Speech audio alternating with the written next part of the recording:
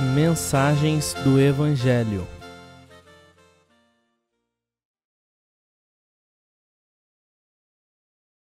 Resumo dos principais erros do sistema clerical. Até aqui mostramos de forma conclusiva que o conceito de um sistema clerical, que é ter um assim chamado pastor ou ministro, responsável por uma congregação de cristãos para guiá-los na adoração e no ministério, não tem base bíblica.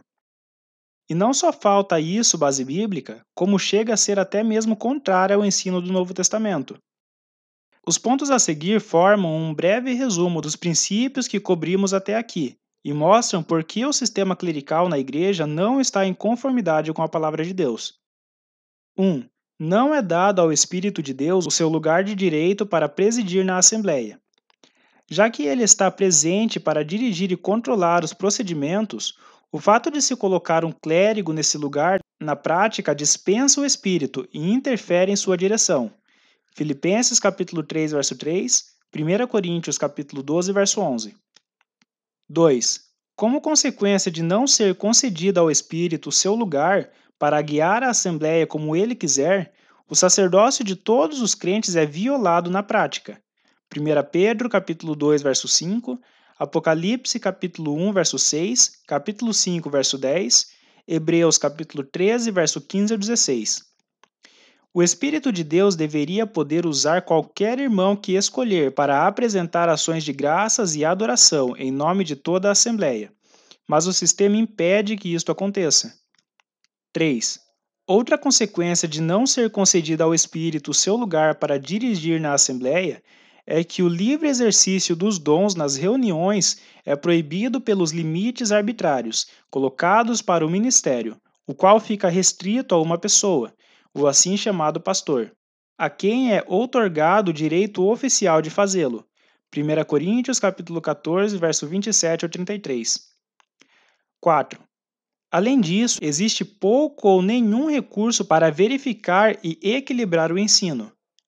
Onde quer que apenas um ou dois homens sejam responsáveis pelo ensino em uma assembleia local, como acontece com os assim chamados pastores ou ministros, existe o perigo de interpretações tendenciosas, isso quando não são introduzidas doutrinas erradas.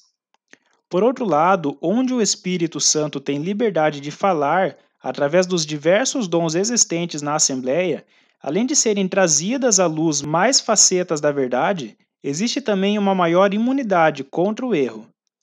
Se os santos estiverem cuidadosamente comparando o que é dito com as Escrituras, 1 Coríntios capítulo 14, verso 27 ao 32.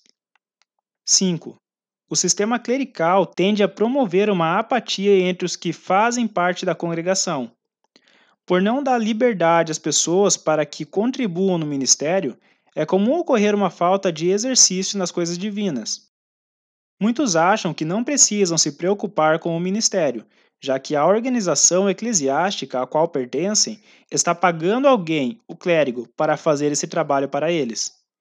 Consequentemente, o desenvolvimento de um exercício espiritual e o crescimento entre os santos ficam impedidos por esse tipo de organização. 1 Coríntios capítulo 3, verso 1 ao 4, Hebreus capítulo 5, verso 11 ao 14.